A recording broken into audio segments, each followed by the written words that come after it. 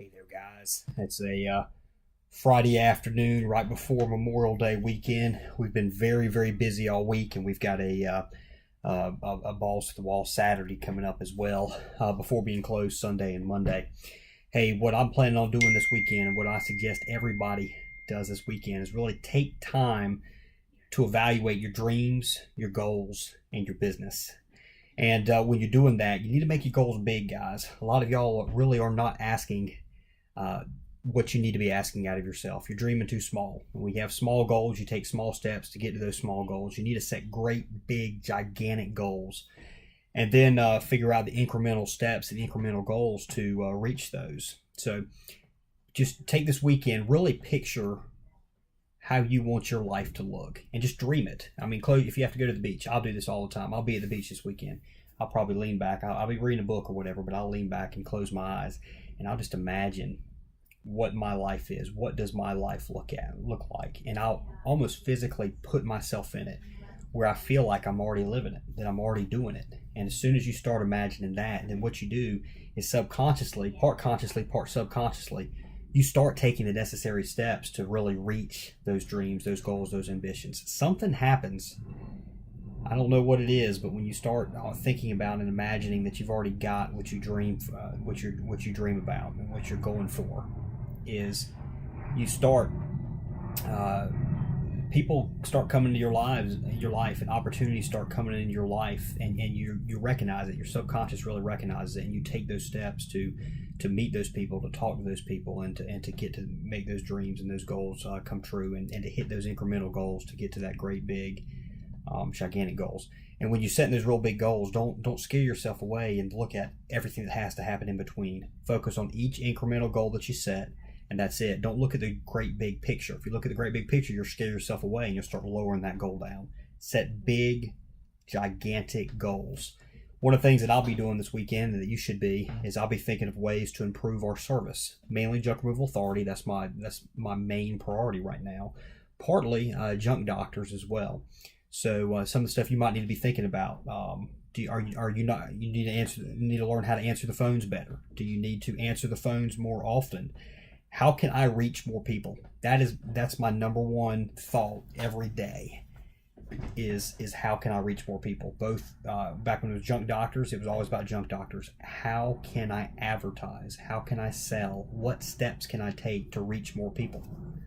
That's the number one goal in business, guys. The more people you help, the more people you do a good job for, the more people you help, the more money you make, the more successful you become, and the more capable you are, the more resources you have to really make the life you dream about truly come true.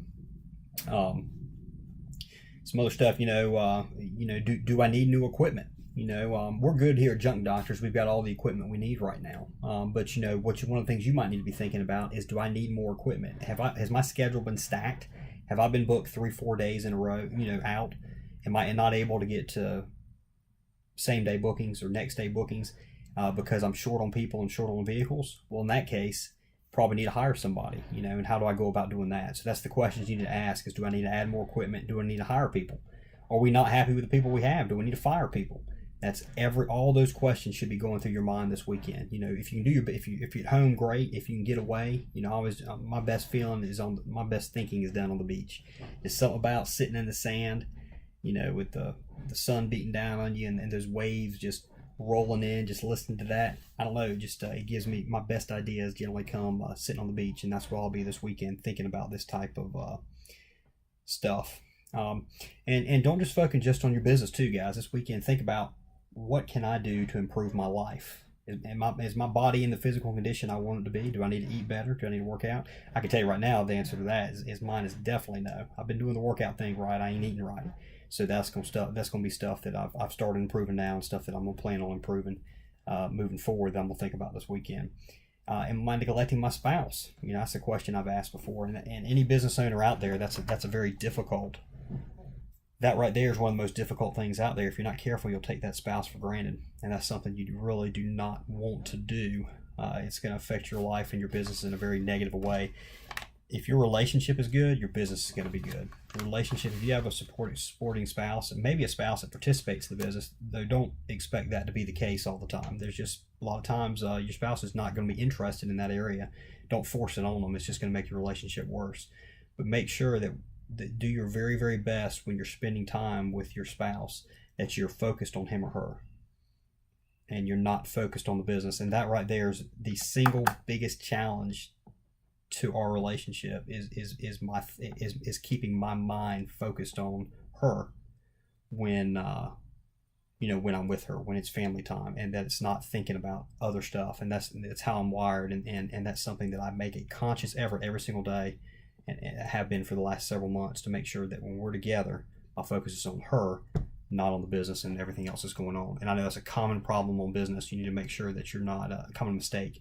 You need to make sure you're not making that mistake, because your business will suffer as well. Every time your relationship suffers, your business will suffer.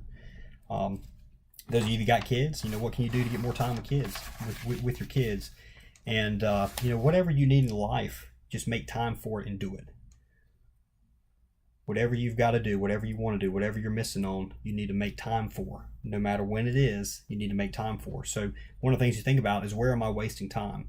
One of the things I did for a long period of time, and I'll take one day a week and do it now, is I'd take too long of a lunch break. I'd take an hour and a half lunch break, maybe, and I'd go eat with a friend. I'd drive 15, 20 minutes, go to a place that I liked eating, meet some friends over there, and take an hour and a half break, and that's wasting time. Now I'm trying to limit my lunch breaks to about 20 minutes. I'd love to do it with either a customer or a team member, where we can discuss business, and where that downtime right there is not taking away, it's staying productive. And that's one of the things that that can really plague you, is taking too long lunch breaks in the middle of the day. You need to stay productive all the way through. That way, if you're working 100% on work for the most part all the way through your day, when you're working, you're actually working. And that means when you're at home and you're spending time with kids and family and all that kind of stuff, that your mind isn't worried about the stuff that you didn't get accomplished, or you're not staying late, staying beyond the time you'd scheduled. So something you need to really be thinking about is how to make every area of your life really line up. And just kind of, everybody, we've one of the things I was talking about those big goals. All of us, every single person, has tried stuff and failed. I certainly have, and and there will be stuff that we'll try that will fail, moving forward. But every single time that I failed on something, I've come back smarter, and I've come back stronger and more capable of facing stuff that may come up, and having a much better judgment on stuff we should try moving forward. But there is also those of you that get too conservative, and it's easy to do. You've sat there, you failed at something, and then you don't take chances when you need to take chances. In order to succeed in any business, especially junk removal, which is a fairly simple business, you've got to be willing to take some risks. You've got to step out of your comfort zone. You've got to be willing to make investments in your business. You've got to be willing to hire people. Hiring people can be scary as hell. You're taking complete control out of your hands, and you're putting it to other people. And that's very, very, very difficult, but it's got to be done to grow. It's got to be done to have freedom in your business, to where your business doesn't rely on you being there every single moment, where you have time to go on vacation, where you have time to go to a kid's ball game.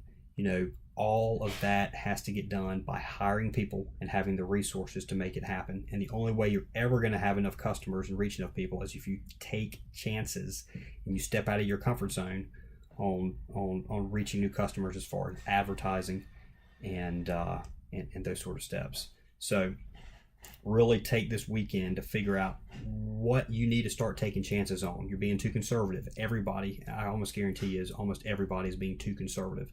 What can you start taking chances on to help you achieve your goals and to help you reach the life that you've dreamed about? We'll talk to everybody soon. Thanks, guys.